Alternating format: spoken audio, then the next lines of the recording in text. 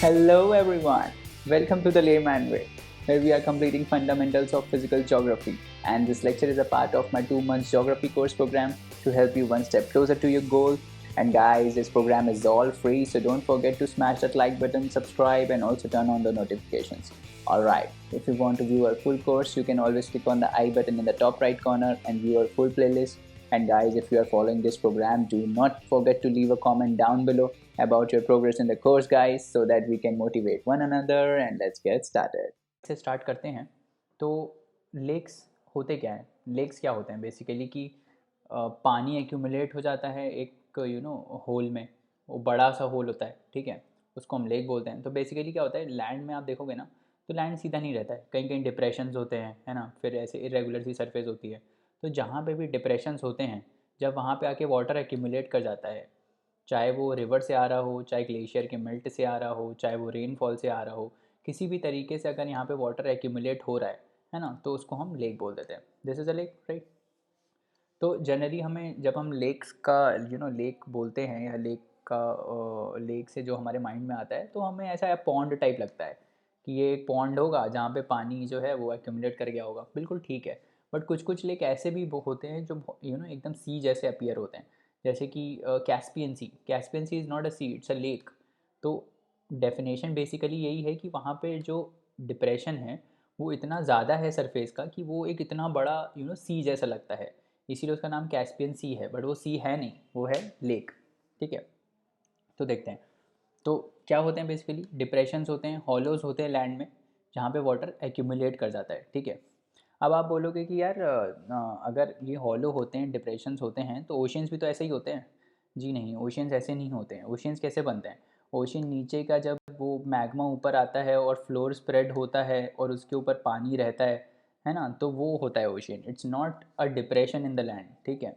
तो ओशियन और लेक्स में एकदम क्लैरिटी रखना। कोई पूछ ले कि ओशियन क्या है, लेक क्या है, तो लेक ओशन जैसे नहीं बने। ओशन तो हमने देखा था ना कि ओशन का जो फ्लोर कैसे बनता है, वो सी फ्लोर की स्प्रेडिंग से बनता है, करेक्ट। तो वहाँ पे जब वो वाटर एक्यूमुलेट करता है तो उसको हम बोलते हैं ocean. Lake is like just a normal dent in the land. अगर आप पूरे अर्थ में देखोगे तो एक छोटा सा डेंट है जहाँ पे पानी एक्यूमुलेट कर गया है, उसको हम लेक बोलते हैं, ठीक है। तो basically these are hollows of land surface in which water accumulates. अब जैसे कि मैं बता रहा था, कैस्पियन सी इतना बड़ा है कि उसको हम सी बोल देते हैं, but it is a lake, ठीक है। And it is the largest lake in the world, Caspian sea. अब आपका होमवर्क ये है कि आप कैस्पियन सी को लोकेट करोगे वर्ल्ड मैप में कि कैस्पियन सी कहाँ है, ठीक है। और इसका मैं आपको जो इसकी इस कैस्पियन सी से जो सराउंडेड कंट्रीज़ हैं, यहाँ पे वो आप देखोगे कि कौन कौन सा कैस्पियन सी को सराउंड कर रही हैं कंट्रीज़। उस जब आप देखोगे, है ना, तो उसका एक शॉर्ट फॉर्म मैंने बनाया है उसको याद करने के लिए। वो शॉर्ट फॉर्म है तारीख, TARIK, ठीक है। अब ये क्या है? ये ऐसा है कि जब आप पढ़ोगे ना और देखोगे कि कौन कौन सी कंट्रीज़ इसको सराउंड कर रही हैं कैस्पियन सी को, आज एक बार जाके वर्ल्ड मैप पे इसको लोकेट करना। T is Turkmenistan, A is Azerbaijan, R is Russia, ठीक है, I इज़ ईरान और K इज़ कजाकिस्तान। तो ये सारी कंट्रीज़ जो हैं वो कैस्पियन सी को सराउंड करती हैं। ये इसका निमोनिक है, तारीख इसको याद कर लेना, बहुत ही ईजिली याद हो जाएगा, ठीक है। और एक बार वर्ल्ड मैप पे देख लेना तो और ज़्यादा इनग्रेव हो जाएगा माइंड में, ठीक है। और फिर दूसरा है lake Titicaca. Lake Titicaca is the highest in the world. दूसरा होमवर्क आपका ये है कि आप लेक टिटिकाका को भी देखोगे कि लेक टिटिकाका कहाँ पर है। मैं थोड़ा बहुत बता देता हूँ आपको कहाँ पर है। साउथ अमेरिका में लेक टिटिकाका है। यहाँ पे जो पीरू है और यहाँ पे बोलिविया है, तो पीरू और बोलिविया के बाउंड्री पर है लेक टिटिकाका, ठीक है। It's the highest lake in the world, ठीक है। तो आप जाके एक बार आज देखोगे दोनों को मैप में, ठीक है। तो most of the lakes in the river are fresh water lakes. Fresh water lakes क्या होते हैं? जो भाई रिवर से बने हों, मतलब रिवर आके यहाँ अपना पानी ड्रेन कर रही हूँ, तो उससे जो लेक्स बने रहते हैं उनको हम बोलते हैं फ्रेश वाटर लेक्स। जैसे लेक जेनेवा और लेक प्योंगयांग, तो ये फ्रेश वाटर लेक्स हैं, ठीक है। उसके बाद जहाँ पे भी इवेपोरेशन ज़्यादा होता है पानी का, अब जैसे आप देखोगे कि सॉल्ट जो हमारी नमक बनता है वो सी वाटर से कैसे बनता है। सी वाटर को इवेपोरेट करते हैं तो नमक नीचे रेजिड्यू में आ जाता है ना, क्योंकि उसका बॉइलिंग पॉइंट कम होता है वाटर का, मतलब सॉरी, बॉइलिंग पॉइंट जो है वो वाटर का कम होता है, तो वो वाटर पहले इवेपोरेट हो जाता है और सॉल्ट नहीं हो पाता है, तो सॉल्ट नीचे रह जाता है ना। ऐसे ही तो सॉल्ट होता है, सॉल्ट हमको ऐसे ही मिलता है। तो वैसे ही जिन भी लेक्स में इवेपोरेशन बहुत ज़्यादा होता है ना, वो बहुत ही सॉल्टी लेक्स होते हैं, क्योंकि भाई वाटर तो इवेपोरेट हो रहा है, पीछे बचा हुआ क्या है, बचा हुआ सॉल्ट है, तो सॉल्ट का कंसनट्रेशन बढ़ जाएगा जब पानी इवेपोरेट होगा, करेक्ट। तो उसको हम क्या बोलते हैं, तो जैसे अब ये इसका सिग्निफिकेंस क्या है, सैलिनिटी का सिग्निफिकेंस क्या है। सैलिनिटी बहुत ही बड़ी चीज़ है, किसी भी लेक या ओशन में। अभी हम आगे देखेंगे सारे ओशन सर्कुलेशन इससे होते हैं, है ना। और दूसरा ये है कि जब सैलिनिटी किसी की ज़्यादा होती है, ठीक है, तो क्या होता है कि वहाँ पे बॉयंसी जो है, वो बॉयंट फोर्स जो है वो बहुत ज़्यादा लगता है। तो कोई भी बहुत ही सैलिन लेक होता है ना, जिसमें सॉल्ट बहुत ज़्यादा होती है, वहाँ डूबना मुश्किल होता है, जैसे डेड सी। अब डेड सी को अगर आप गूगल करोगे ना, तो वहाँ पे आपको ऐसी इमेजेस देखेंगे कि एक आदमी आराम से ऐसे लेट के पानी में किताब पढ़ रहा है बिना कुछ करे, मतलब। तो वो इसीलिए पढ़ पा रहा है क्योंकि नीचे से बॉयंट फोर्स जो है वो इतना ज़्यादा है सैलिनिटी की वजह से, कि इसका वेट जो है वो काउंटर हो रहा है आराम से, ठीक है। समझ में आ रहा है। तो डेड सी जो है, बहुत ही इसका हाई सैलिनिटी होता है, ऑल्दो इसका सबसे ज़्यादा सैलिनिटी नहीं होता है वर्ल्ड में। सबसे ज़्यादा सैलिन लेक जो है वर्ल्ड में, that is lake one. Lake one, VAN नाम है उस लेक का, जो सबसे ज़्यादा सैलिन है। अब आपका होमवर्क ये भी है कि आप इसको जाके देखोगे कहाँ पर है। ये वैसे है टर्की में, बट एग्जैक्ट लोकेशन एक बार देख लेना कहाँ पर है। It is the saltiest lake in the world, lake Van, ठीक है। इसका शायद सॉल्ट कंसनट्रेशन 330 ppm के आसपास है, जबकि डेड सी इज़ अराउंड 300। तो सबसे ज़्यादा सैलिन लेक अगर कोई पूछ ले कौन सा है, सबसे ज़्यादा सैलिनिटी किसकी है, तो लेक वान की है। कहाँ पर है, टर्की में है। डेड सी उसके बाद आता है। डेड सी जो है, डेड सी कहाँ पर है, डेड सी भी बहुत इंपॉर्टेंट है। कहाँ पर है, अभी अगली साइड में देख लेंगे कहाँ पर है। मिडिल ईस्ट में है कहीं पे, ठीक है।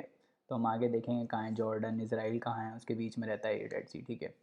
तो देखेंगे, कुल मिला के बात ये है कि डेड सी जो है वो बहुत ही ज़्यादा सैलिन है। और उसके बाद great salt lake of Utah आते हैं। यूटा इज़ इन USA, ठीक है। तो वहाँ पे नमक बहुत मैन्युफैक्चर होता है बिकॉज ऑफ हाई सैलिनिटी। समझ में आ रहा है। तो सैलिनिटी का भाई जहाँ भी ज़्यादा एवेपोरेशन हो रहा है, ठीक है, वहाँ पे सैलिनिटी ज़्यादा होगी, ये ध्यान रखना, ठीक है, क्योंकि सॉल्ट पीछे रह जाता है, करेक्ट।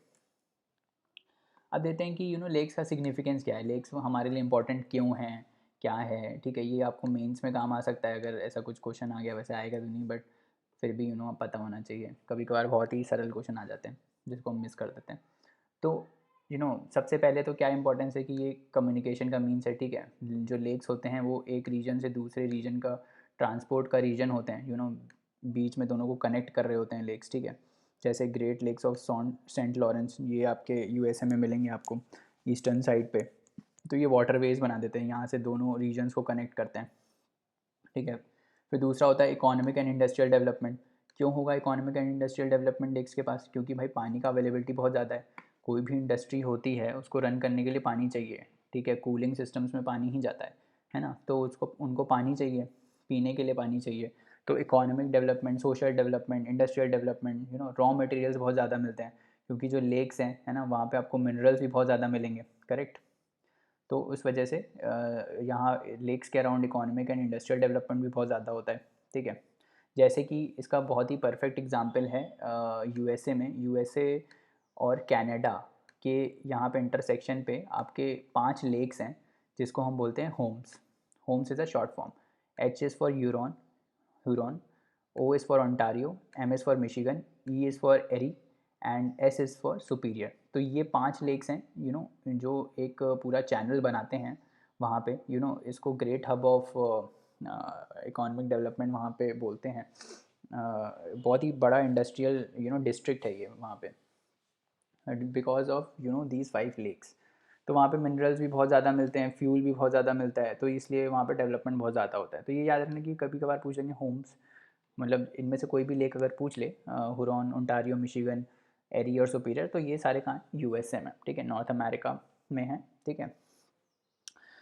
उसके बाद ऑब्वियसली पानी तो वाइटल है ना, तो चाहे वो पीने का पानी हो, चाहे वो इंडस्ट्रियल हो, तो वाटर स्टोरेज भी एक है। अब जैसे एक बहुत अच्छा इसका ये हो सकता है कि जैसे रिवर्स आती हैं, मान लो बहुत ही हाईली फ्लडेड रिवर्स जो होती हैं, ठीक है, वो अगर लेक में अपना पानी एम्प्टी कर रही हैं, है ना, तो वो उनके फ्लड होने का चांस बहुत कम है, करेक्ट। तो ये वो भी एक बैरियर भी एक्ट करते हैं फ्लड्स के अगेंस्ट। तो बचाते हैं फ्लड्स आने से, ठीक है। फिर hydro electric power generation, definitely. Rivers flowing from lakes provide a good head, definitely, right. क्योंकि लेक्स जो होते हैं, जैसे मान लो लेक टिटिकाका है, अभी वो हाईएस्ट लेक है वर्ल्ड में, ठीक है। वहाँ से अगर कोई रिवर आ रही है तो वहाँ पे हेड हमको मिल जाएगा, तो वहाँ से हम क्या इलेक्ट्रिसिटी जनरेट कर सकते हैं, है ना, टरबाइन को रोटेट करके यहाँ से, और फिर इलेक्ट्रिसिटी जनरेट कर सकते हैं। तो हाइड्रो इलेक्ट्रिक पावर जनरेशन में काम आता है, ठीक है।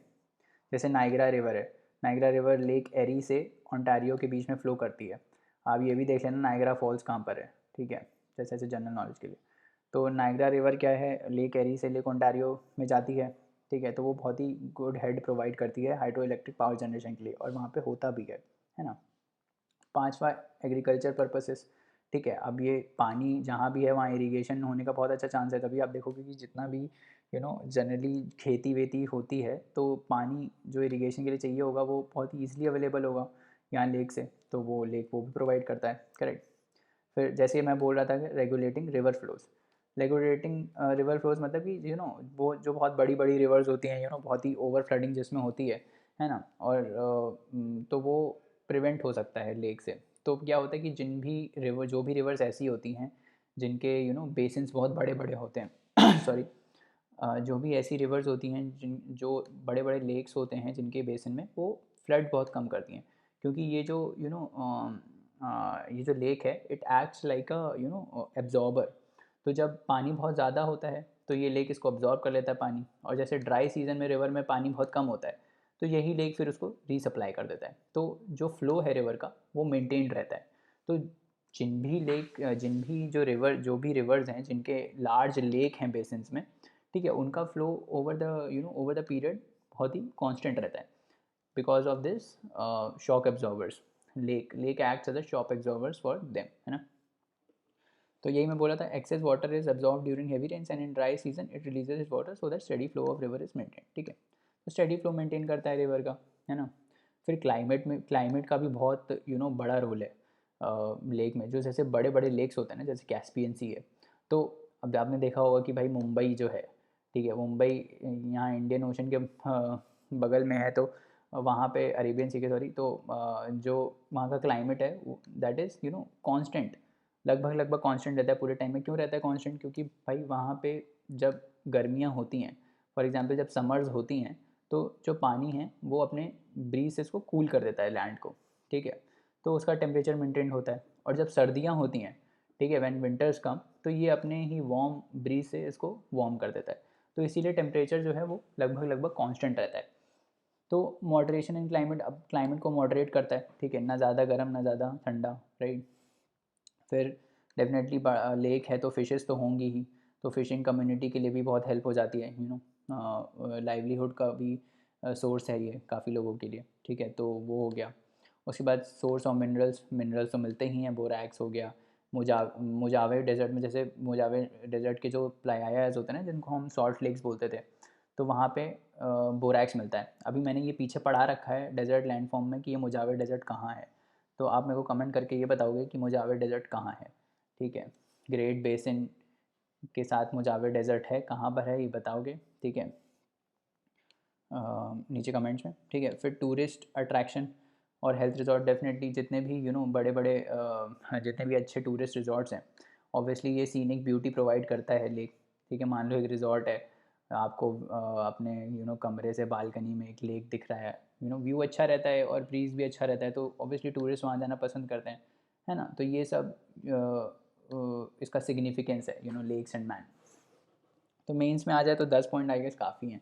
250 नंबर से 250 वर्ड तो आप बना ही लोगे इसमें खींच के इसको ना। वैसे आता नहीं है, 100 वर्ड्स में ज़्यादा से ज़्यादा पूछ लेगा, है ना। तो आप लिख सकते हो आराम से। तो चलिए दोस्तों, आज के लिए इतना रहने देते हैं। नेक्स्ट लेक्चर में और कंसेप्ट्स को पढ़ेंगे। जाने से पहले लाइक शेयर सब्सक्राइब ज़रूर करें, अपने दोस्तों को रिकमेंड करें। अपनी क्वेरीज़ आप हमको queries@thelaymanway.com पे भेज सकते हैं, जहाँ पे हम आपका रिप्लाई इंस्टेंटली करेंगे। और पढ़ते रहिए, हार्ड वर्क करते रहिए, है ना। अगले लेक्चर में मिलते हैं। Thank you, bye bye, take care.